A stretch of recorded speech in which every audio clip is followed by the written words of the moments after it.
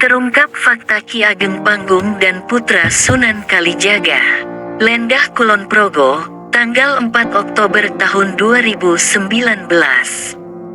Makam Ki Ageng Panggung yang terletak di Pedukuhan Kutan Desa Jatirejo, Kecamatan Lendah begitu istimewa.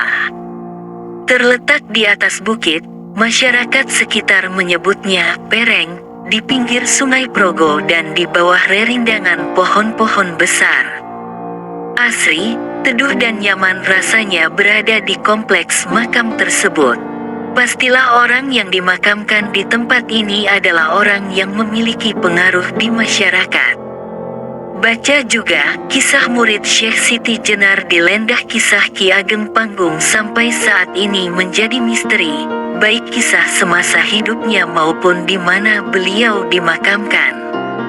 Saya beruntung bisa menjumpai juru kunci makam Ki Ageng Panggung, Pak Suparjiyo atau Ganong. Beliau adalah generasi ketiga juru kunci makam Ki Ageng Panggung.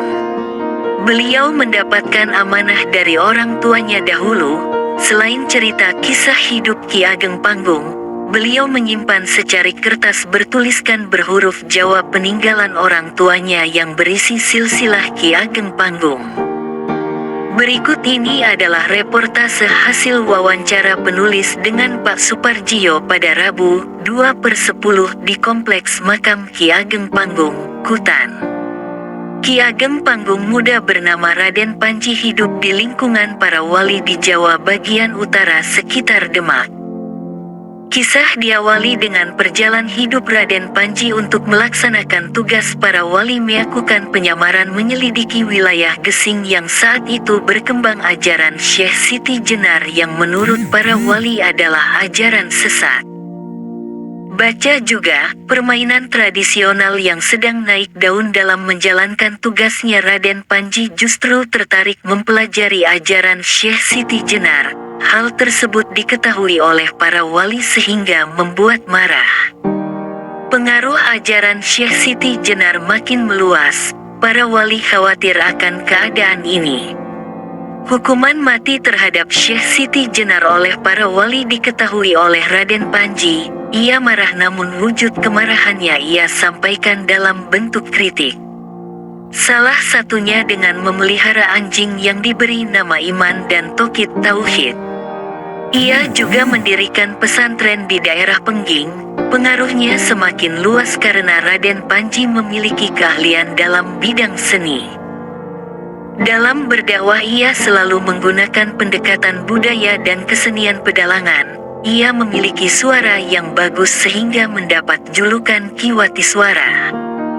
Ia juga mendapat julukan Ki Ageng Panggung karena dalam setiap dakwahnya ia melakukannya di atas panggung sambil mendalang.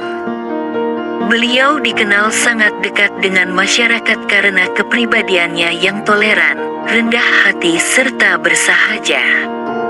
Pada akhir hikayatnya, para wali semakin khawatir dengan ajaran Ki Ageng Panggung yang akhirnya menimpakan hukuman bakar pada beliau.